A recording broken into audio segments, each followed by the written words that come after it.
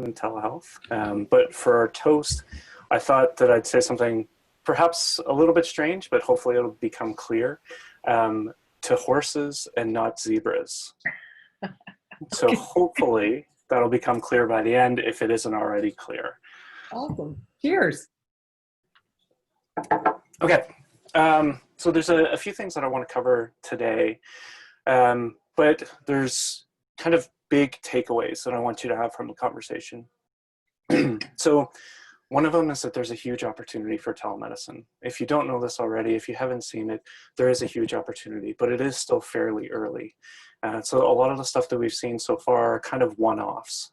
There's some people who are not really happy with what's happening with telemedicine, and then there are people who are using it. But the conversation is changing, and if people aren't really aware of how to use it, then I think that they're going to be missing out on a huge opportunity. Another thing is that the big barriers to getting people into the clinic are cost and convenience. This is something that we see again and again and again. And so if you can do anything to reduce the barriers of cost and convenience, then you're going to get more people into your clinics. The third thing, and this speaks to the toast, is that the main use cases that we're seeing are not really complex issues. They're actually very straightforward. Some of those issues are things like injuries, toxins, anxiety, urinary issues, behavioral issues. These are not really complicated issues. There are a lot of things that can be handled in a relatively straightforward manner. Something like a derm case is fairly common. Fleas and ticks are fairly common. So these are the most common things that are happening. These are the most common things that we're seeing, and not things like luxating patellas or hemabdomens or other more complicated issues. And so what's happening, and what I hope that everyone will really take away from this as kind of the big overarching theme, is that there's a huge opportunity to provide more healthcare to more animals through telemedicine. And those people who are jumping on this opportunity and using it based on their professional medical opinion have the ability to provide that healthcare as, in a way, a customer acquisition funnel.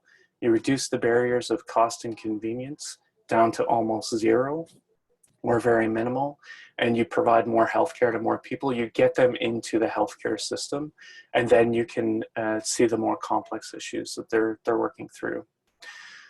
So let's dig into it a little bit more. So some of the data that I'm going to be using today is from two major studies that we've seen so far. One of them is through Whisker Docs. So Deb Leon has graciously shared a lot of her data, and she's a strong proponent of more people using telemedicine based on the results that she's seen so far. Another one is through ask.vet. So they were a text messaging app, and now they have some new features that are going to be really exciting. So we've got some information from them. And then the third is through a pet parent survey that we did last year, and we're going to be rolling it out again this year. The first thing to notice is that the majority of situations that people find to be urgent are not actually urgent situations. And so around 70% of people think that they have an urgent situation when they in fact don't have an urgent situation.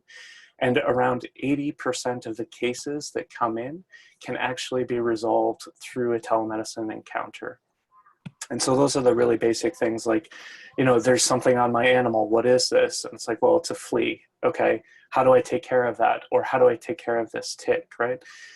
So there's a big mismatch in the perception of people when they're using telemedicine services. So these are people who care enough to make the phone call. And then once they do make the phone call, around 80% of them can be resolved through the telemedicine encounter. So there's a big disconnect. Why this is important is because there's a much larger trend within healthcare where more and more pet parents or pet owners want to take responsibility for the healthcare of their animal, but they don't necessarily know how, because they don't want to make that appointment. They don't want to spend that $70 to find out whether or not they need to go into the clinic. And so they're much more hesitant to engage with the clinics and with regular healthcare system.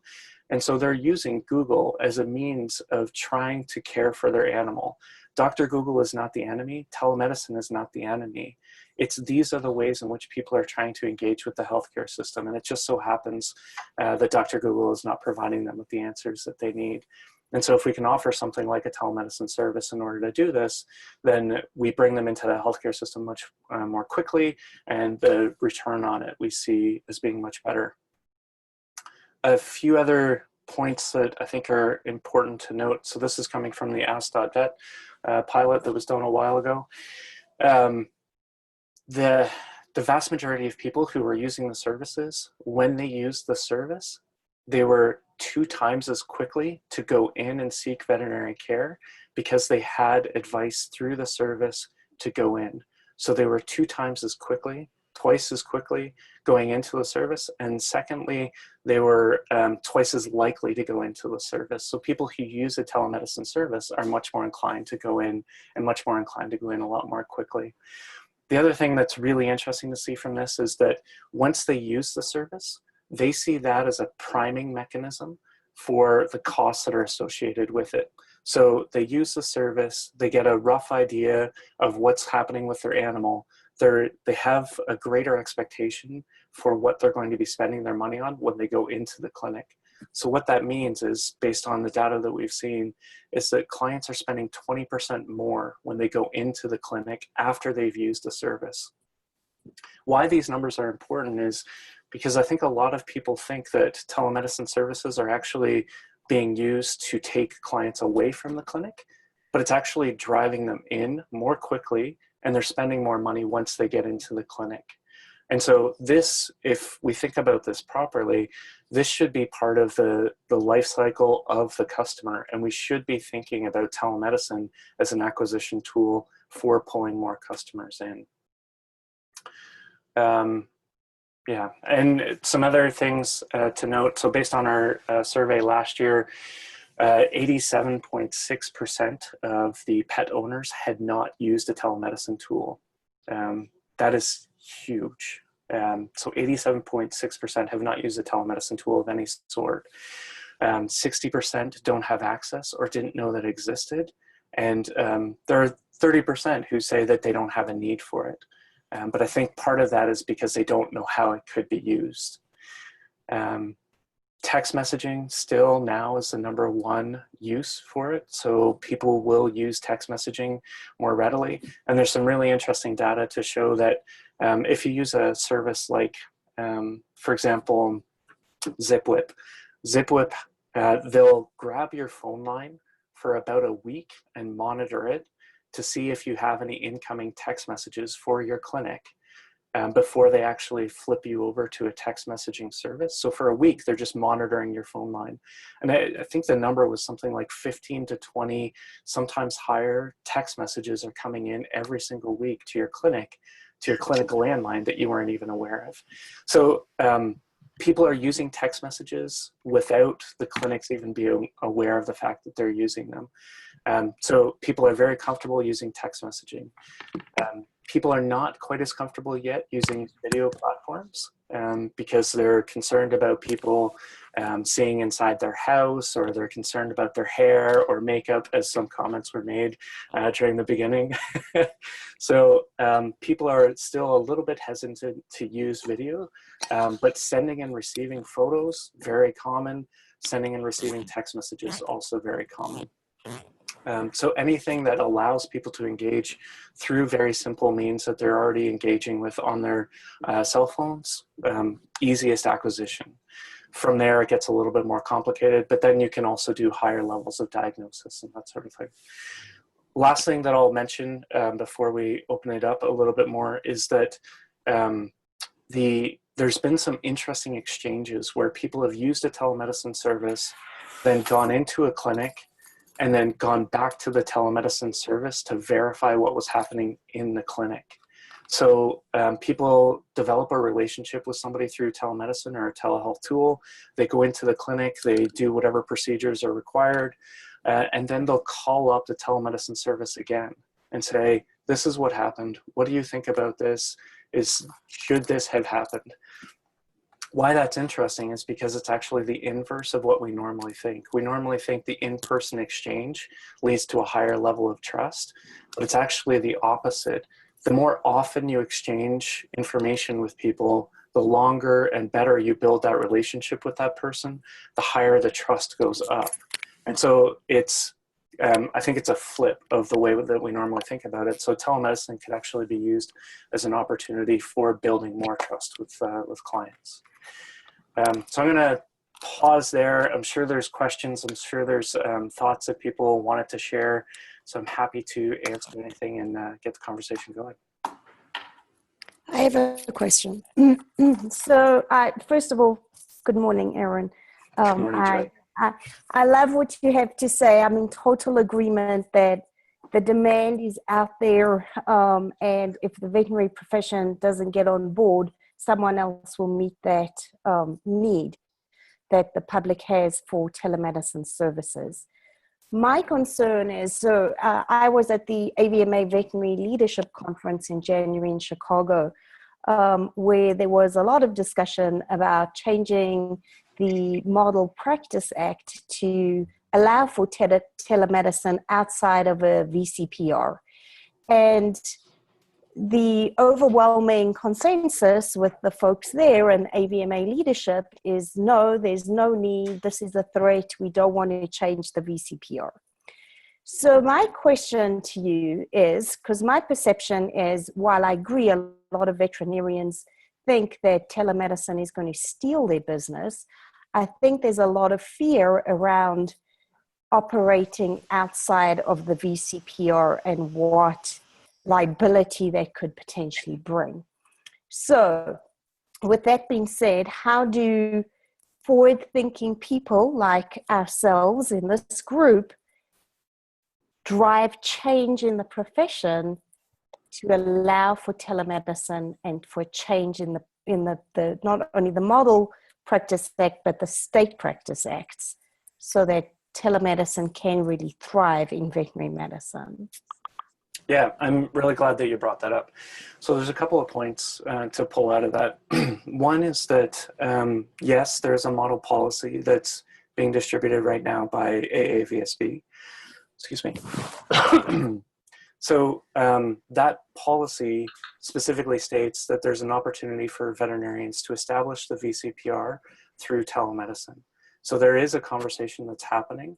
That is not going to be a law that AAVSB, American Association of Veterinary State Boards, is going to be issuing to the state boards, but it's a model policy that they can use to implement it. So that conversation is happening. The idea that it's a threat to clinics is just not borne out by the data. So for people who are saying that, I would love to see some data that backs that up. And I have not seen anything like that. I've seen the inverse, that it actually greatly supports what's happening in the clinics.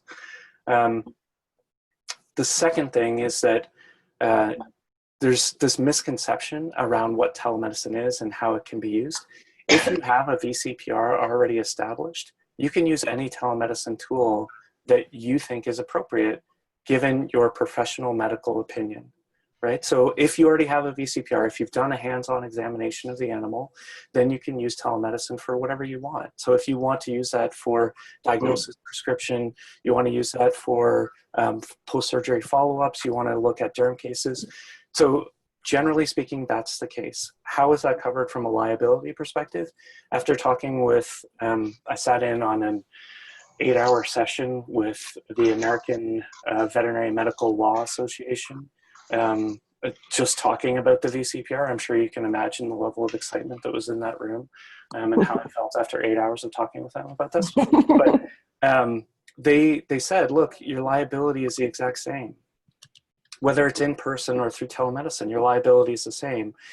If you are not comfortable making a prescription or a diagnosis, and you already have the VCPR, if you're not comfortable, then don't do it, right?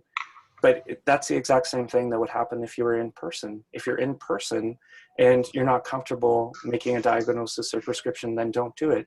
If you're doing things that you shouldn't be doing, whether that's in person or through telemedicine, it makes no difference. It's the exact same thing.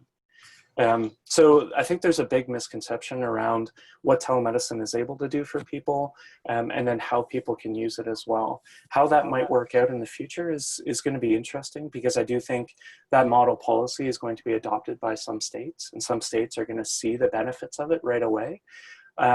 I think that there is a lot of misconception about it, and that's really frustrating, because a lot of people are using scare tactics because they think that hands-on examination is the only way to handle an animal.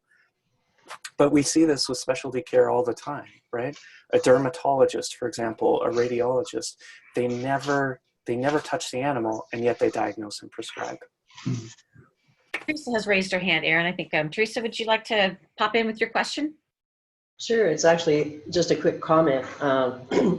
Various boards and colleges around the country and the world are looking at this issue now, and I think it's really important that we help influence what results. So if you can get yourself on committees that are actually drafting these rules or looking at these rules, and even if you can't make that kind of commitment, they usually put things out for comment before they finalize them. So I think it's up to sort of forward-looking folks to get involved in shaping where this is going. Excellent comment. Yeah. Hey, Brenda, or sorry, George, maybe was first there. Just a comment to build on what Joy said earlier. For example, with AAVSP and Jim Penrod, I think what we all need to do, folks on this call and other leaders, is to continue to bring these folks to the conferences to speak. So the panel at VMX that Karen Gavsner kind of was the driver behind that, those type of things where we get everybody together and continue the conversation, I think that's critically important. So by getting everybody together in those rooms, by what AVMA did last year on telehealth with Lori getting up and talking and just challenging the group in terms of thinking, I think we all just need to continue that to help advance it. Great comment. Again, absolutely agree with that. Yeah. George.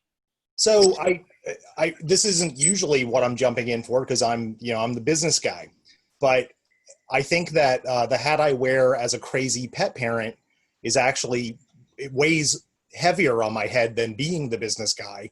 And I want to make sure that we're keeping a lot of this discussion around what's best for the patient. It's not about whether it steals business, drives business. It's not about whether it's convenient for the client, only in as much as it relates to whether they get health care, that's appropriate for their pet.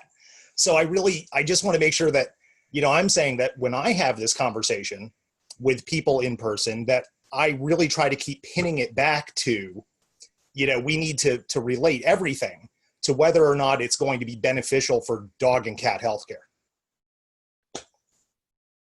Absolutely. Greg, comment. One of the questions that I have is really related to why we don't see more individual practices that already have a VCPR actually employ telemedicine services. And could it simply be that they don't know how to monetize it?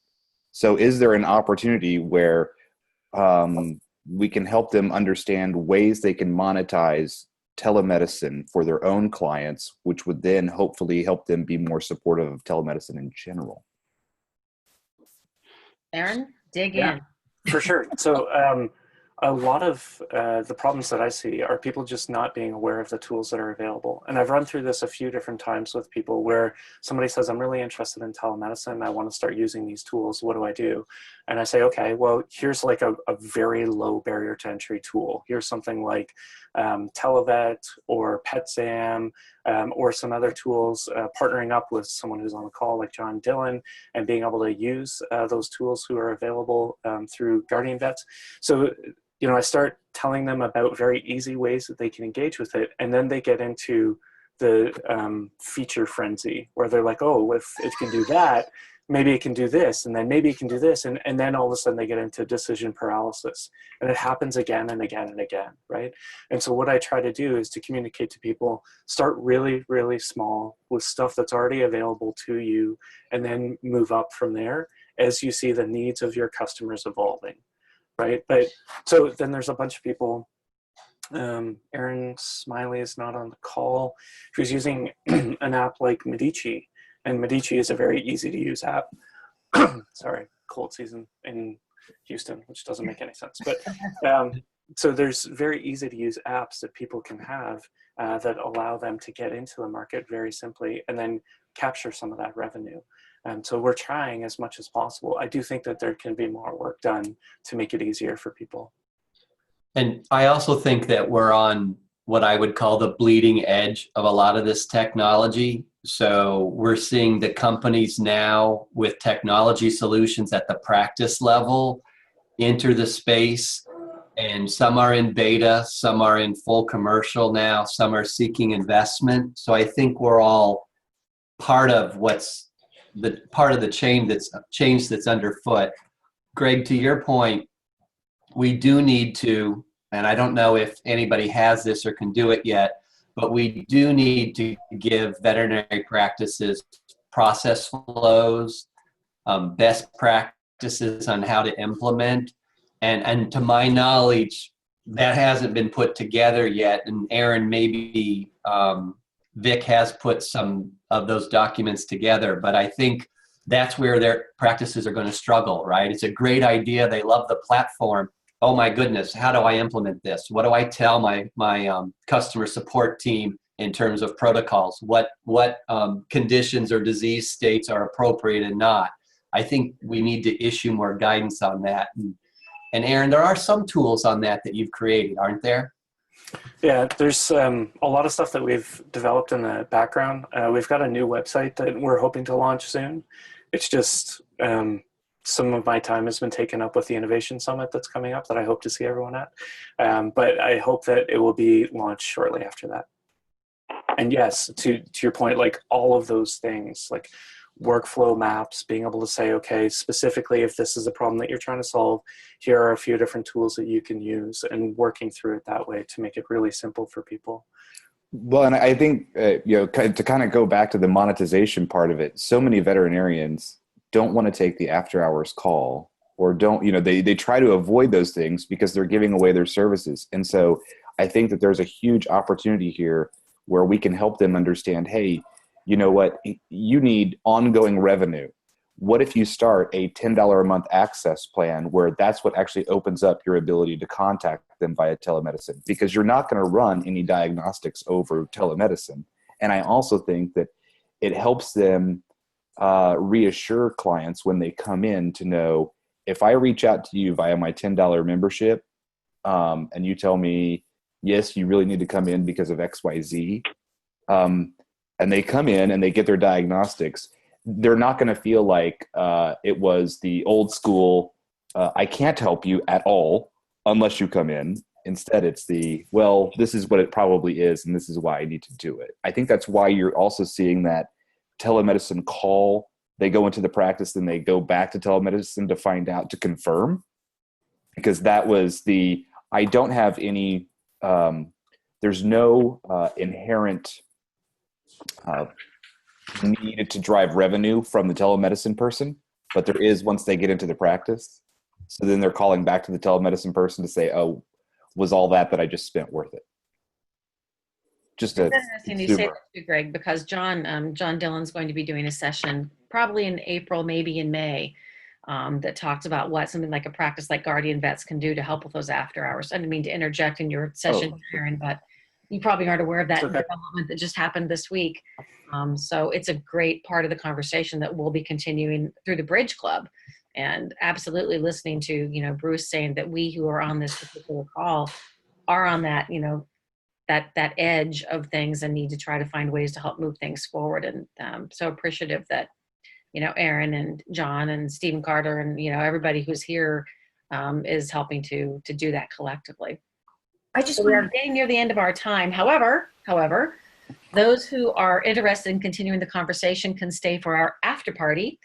Erin has a little time yet to stay and continue the conversation with us. So if you must drop off because you have other commitments, that's okay. We're not going to call anybody out for doing so. But if you'd like to hang around a little bit longer, please do, because I think there's more discussion to take place over the next few minutes. So Aaron, anything you wanted to say quickly for anybody who might want to have to drop off? Just to reiterate a point that George made earlier, like this is a huge opportunity to provide more healthcare for more animals. And if we do think about it from that perspective, there's a lot of comments that are the addressable market. Currently, we're actually addressing about 50% of it. And so if we can use telemedicine services to get out to more animals, we can provide healthcare to them. And that for me is the most exciting. Like we live at the precipice of ubiquitous healthcare for animals. And if we can just push it forward and continue having conversations like this, we're all going to be able to have a really big impact. Absolutely. Indeed. So, Thank you, Aaron. Thank you, everyone, for showing up. All right. So looks like we have quite a crowd still hanging around. So are there additional questions for Aaron or other comments to kind of rally the cry of the group? Everybody, please feel free to speak up. I was just going to say that to Greg's question, I tried to introduce telemedicine at my practice probably 3-4 years ago on a very small scale. And I just got incredible resistance from my entire staff, largely because they felt part of the relationship I had developed with my clients was my accessibility, and that I'd for years been answering questions over the phone, answering emails, and now I was trying to monetize it. And they were very uncomfortable with how the clients were going to receive that, as if I was just trying to milk them for money. So I think a lot of veterinarians give so much of their time away and have such trouble understanding the value of that's going to be a barrier within clinics that are that service minded that we're going to have to get beyond. For sure. Just briefly on that, I see some other hands jumping up. I've seen that, and I know that there's going to be a certain attrition rate that's going to happen with certain clients. They're not going to be interested in paying that extra amount in order to make it happen. But I've also actually seen the reverse of that happening, is that people are happy to pay that small amount. If it's $10 per exchange for a text message, or, it's a $20 video call that they can easily pop in and out of, then people are much more inclined to pay that. And they feel better, like the clients actually feel better, because they say, oh, now I don't feel like I'm harassing my veterinarian anymore. Now I know that they're getting some exchange out of this. So I'm probably going to call them more often and develop a further relationship with them. So I totally understand that can be the perception sometimes from clients and from staff. But I've seen the opposite of that taking hold within the profession as people get more comfortable with the tools. Well, I completely felt that my clients would do it. It was the resistance I got from my staff. So it speaks to a little bit of change management, and just maybe providing some scripts or some tools for doctors who have the same experience that I had, or practice managers who have the same experience that I had. It's just rethinking that relationship, and maybe because you've got such great data, that'll support us accepting it in a way that we can get past that barrier. So thank you. George? Yeah. Thanks. I think that there are other ways to do this than even directly monetizing, telemedicine exchanges, where I think that on a very primitive level, for an awfully long time at our practice, we've engaged in this with our clients, but we've done it by being expensive. We run a practice where our clients think of themselves as being part of a club. It's not open door. We fire people and send them elsewhere. Everyone knows we're the Mercedes-Benz place in the area. And they know that we tell them that because that's what they're paying, because they're paying the highest exam fee in town and so forth and whatnot, they're entitled to call us on our cell phone. They're entitled to have us be there. They're entitled to expect to get an appointment the same day that they think they need one, right? We do things like zero cost triage, so anyone can bring one of their pets in, any of our clients, even non-clients. This is open to anybody. If you think you have a problem, come in. We'll have one of our nurses look at the pet, and if it's a problem, we'll say. And if it's not, you walk out the door and you don't pay anything. So, I think we've incorporated some of these things, and I'm looking forward to using better technology and polishing But I guess I'm saying you don't have to necessarily charge for that telemedicine visit. You can incorporate it and make it value added. Yeah, and some people have used it specifically as part of a wellness plan. So as part of their wellness plan, they get 1 or 2 telemedicine consults per month or something like that, right? So that it's not that individual transactional exchange, it's part of a larger plan that they have for them. Lisa, did you have a comment or? Yeah, I do. From a really a different perspective, you know, I'm the executive director of the Indiana VMA, and we have a veterinary telemedicine task force that our board directed be assembled about a year ago because they feel this is a really important issue on the landscape of veterinary medicine. And we offered a session at our annual meeting earlier this month, 2 one-hour sessions. The first hour, there were maybe 20 people in the room. And the buzz was so huge that the second session had over 50 people in there. And we had Dr. Aaron Smiley present, who is the chair of our task force, and Dr. Pullum, who is from a product called Medici, which is a product that some of our veterinarians here in Indiana are using. And it was hugely popular, interesting, and people had, the veterinarians that were in the room had an appetite to learn more. So I think from a more global, 50,000 foot perspective, our VMA is committed to educating our members on what the VCPR looks like, what you can and can't do, and then how telemedicine in the current landscape could be used in your practice to highlight both, to make more money and to serve pets better. So I'm excited with where our group is headed with this, and I think it's I hope a model that other VMAs could follow as well. That's a good one. That's exciting to hear. So I will tell you, I received a post comment from one of the folks that had to drop off, who is not in our industry, instead is on the human health side, and they were joining to see how this all works. And so excited about the whole conversation that she's going to be calling her vet. So she said, I didn't even know that was an option, to your point of your data that you gave, Aaron. And she literally said, this is amazing. Why don't more people know about this? So to your point, the more we can get it out, we might actually find that people are going to be demanding it. Absolutely. So fantastic. Okay, Jessica. Right. Raise your hand. Yeah. There you are. Hi. So I just kind of wanted to chime in too and look at this from a alternative perspective of, we're talking about how to monetize it. And so with Fuzzy, for instance, our telemedicine is all included within our wellness plan. So we don't directly charge anybody for anything, but we very rarely actually have a veterinarian who's manning that. It's almost always an RVT or a skilled veterinary assistant who is then able to direct it to the right channels. But one thing that we found is that while we are providing this telemedicine service to all of our members within this wellness plan, we actually do provide it in a much more limited fashion to those people that we don't have a VCPR with. And it's turned into an amazing customer acquisition tool.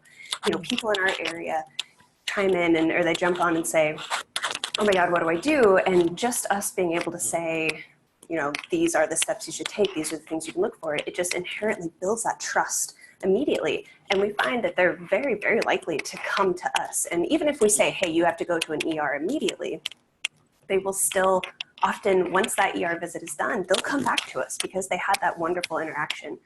So even though it's not necessarily something we're making money off of right in that moment, we often acquire really wonderful clients from that tool. Longer term perspective. Yeah. I don't have the specific number in front of me, but it's something like on the human side, and Bruce, you might know this better than I do. On the human side, it's something like 60% of people say that if all other things being equal, if somebody has a telemedicine platform, they're more likely to use them for human health services. And I think it's basically the exact same thing. The analogous case can be made in veterinary medicine. And so if you don't have this as part of a clinic, as part of your healthcare package, you're certainly missing out, and you're certainly missing out on people who would be part of that group, that 60% or so. It is around that number, and a good reference for that, I just looked it up on my computer, Aaron, as you were talking. It's from Salesforce, and they've been generating a study called the State of the Connected Patient. They did it in 2016 and 2017, and the data you just cited there came from their 2016 study, which said that especially millennials will choose a healthcare provider based off of the ability or access to virtual care. So we have to bridge that thinking, right, to veterinary medicine, but I think it's an easy leap to make, and I would encourage everybody to, Salesforce, it makes these reports readily available, to Google that, State of the Connected Patient 2016 and 17. There's a lot of good information in there.